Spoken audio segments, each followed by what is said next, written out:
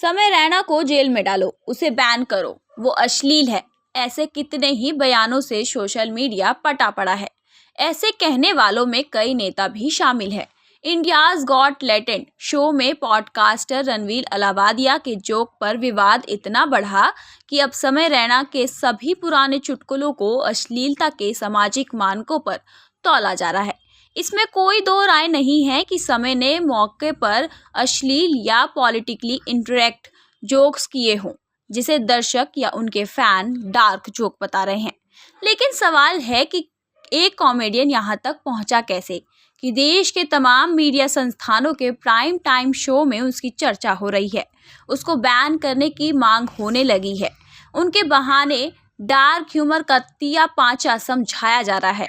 कुछ लोग तो क्रिएटर्स के लिए सेंसरशिप लाने की भी मांग कर रहे हैं।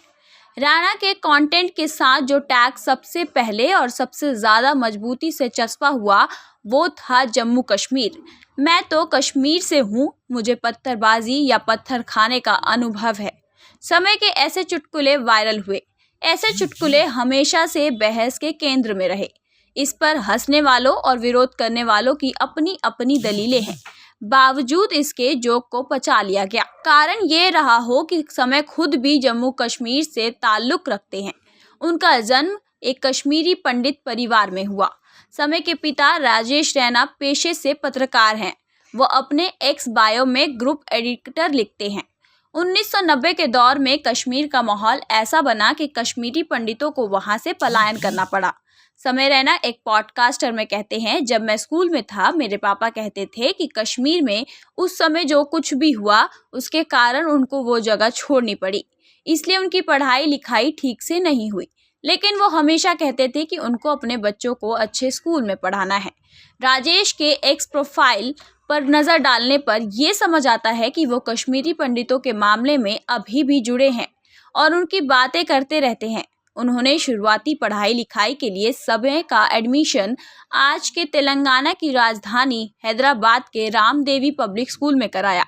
इसके बाद रैना हैदराबाद पब्लिक स्कूल पहुंचे।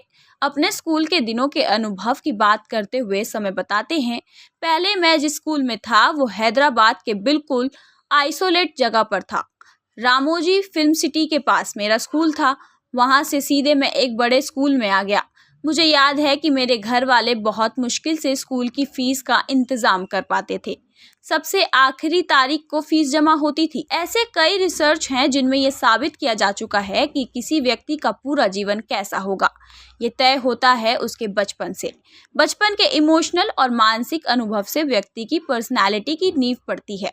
बकौल समय रैना, उन्हें स्कूल में रंग के कारण रेसिज्म का सामना करना पड़ा।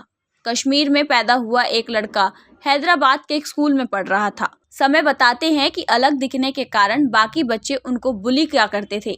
अपने स्टैंड अप शो में गालियों से शायद ही कभी परहेज करने वाले समय जब स्कूल में पहले दिन पहुंचे तो उनका स्वागत भी माँ की उसी गाली से किया गया था। वो बताते हैं, स्कूल में मेरा पहला दिन था। पहले ही दिन मेरे बगल में बैठे लड़के ने मुझे माँ की गाली दी।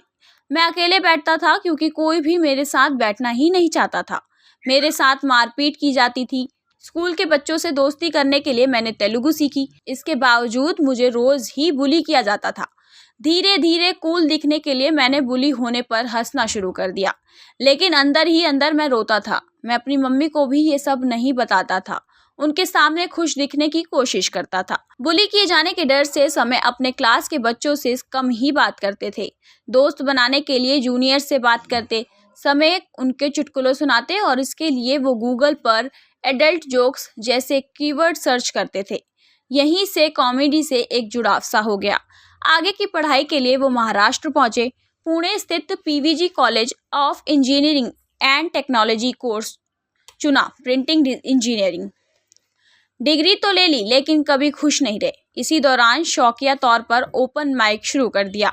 अगस्त 2017 तक कॉमेडियंस के सर्कल में पहुंच गए थे। वो अनिबारन दास गुप्ता और अभिषेक उपमन्यु जैसे स्टैंड अप कॉमेडियंस के लिए शो ओपन करने लगे थे। स्टैंड अप कॉमेडी की दुनिया में शो ओपन करने का मतलब है मंच पर परफॉर्मर के आने से पहले उसके नाम की घोषणा करना। इस दौरान कुछ मिनटों के लिए चुटकुले सुनाने का भी मौका होता था। शो ओपन करते करते स्टैंड अप कॉमेडियन के नेटवर्क में रैना की अच्छी पहचान हो गई और फिर उन्होंने पुणे से मुंबई का रुख किया। कॉमेडी की दुनिया में हाथ जो आजमाना था। 2019 में समय ने अमेजन प्राइम पर आने वाले कॉमेडी शो कॉमिक्स्तान के सीजन 2 में हिस्सा लिया। तब तक देश में कॉमेडी के इस जॉनर के लिए दर्शकों की ठीक ठीक संख्या तैयार हो गई थी। समय ने इस शो में भी डार्क और अश्लील कॉमेडी का तड़का लगाया। देश में तब ही से ऐसा करने वाले कई कॉमेडियन थे और तब भी हैं। बहरहाल समय रैना ने ये शो जीत लिया। इसके बाद देश दुनिया में उनके शोज होने लगे। 2019 में उन्होंने मैं समय हूँ नाम का शो किया। फिर आया साल 2020। दुनिया को एक ऐसी महामारी ने जकड़ लिया। लॉकडाउन लगा था, किसी भी तरह के शो पर रोक थी। टीआईबी शुरू करने वाले तमन्ने भट्ट ने समय को यूट्यूब चैनल बनाने और उस पर शतरंज खेलने की सलाह दी। समय ने ऐसा ही किया। बहुत ही कम समय लोगों ने उनके लाइव स्ट्रीम को देखना और उससे जुड़ना शुरू कर दिया। शतरंज खेलते वक्त अपने अंदाज में चुटकुले भी सुना दिया करते थे। शतरंज वो भी कॉमेडी के तड़के के साथ हिट फॉर्मूला बन गया। समय इनोवेट करने लगे, चैरिटी तक के लिए पैसा जुटाया। चैनल पर नामी गिरामी लोग आने लगे। क्रोएशी शतरंज खिलाड़ी एंटोनिया रेडिक से लेकर इंडियन ग्रैंड मास्टर विदित गुजराती उनकी पहचान एक सीरियस शतरंज खिलाड़ी के तौर पर होने लगी। फिर आया moment of glory. Grandmaster Vishwanath Anand उनकी लाइव स्ट्रीम का हिस्सा बने। इसके बाद हुई कॉमेडियन ऑन बोर्ड COB की शुरुआत। अब चेस खेलने कॉमेडियंस पहुंचने लगे। कॉमेडी छोड़कर ग्रैंड मास्टर बनने का सपना चेस को लेकर समय लगातार प्रयोग कर रहे थे। चेस टूर्नामेंट का आयोजन कराया। खुद का प्लेटफॉर्म bmsamay.com शुरू कर दिया। फोकस हमेशा व्यूज पर था। वायरल होने के लिए वायरल लोगों का सहारा लेते। इतनी खासियत मिल गई कि कॉमेडी छोड़कर फुल टाइम चेस प्लेयर बनने की सोचने लगे, वो भी ग्रैंड मास्टर। जून 2024 में कॉमेडियन आशीष सोलंकी ने एक यूट्यूब वीडियो रिलीज किया। वीडियो उनके show pretty good roast show का था। कुशा कपिला भी पहुंची थी। रोस्ट ही रोस्ट का माहौल था। बारी आई समय रैना की और ये रोस्ट काफ़ी पर्सनल हो गया। उन्होंने कुशा को गोल्ड डिगर कहा, उनकी बॉडी पर कमेंट किया, उनके तलाक का मजाक उड़ाया। शो से ज़्यादा समय वायरल हो गए। उनकी आलोचना होने लगी। वैसे विवाद के बाद वीडियो से वो हिस्सा काट दिया गया। लगभग 1 महीने बाद कुश ने उस पर अपनी चुप्पी तोड़ी और कहा कि वो वहाँ दोस्ती के नाते गई थी और उनको बिल्कुल भी अंदाज़ा नहीं था कि ऐसा होगा। मौजूदा गूगल ट्रेंड्स के आंकड़े देखें तो यही प्रतीत होता है कि समय रैना का नाम कुशा कपिला विवाद से हमेशा के लिए जुड़ गया।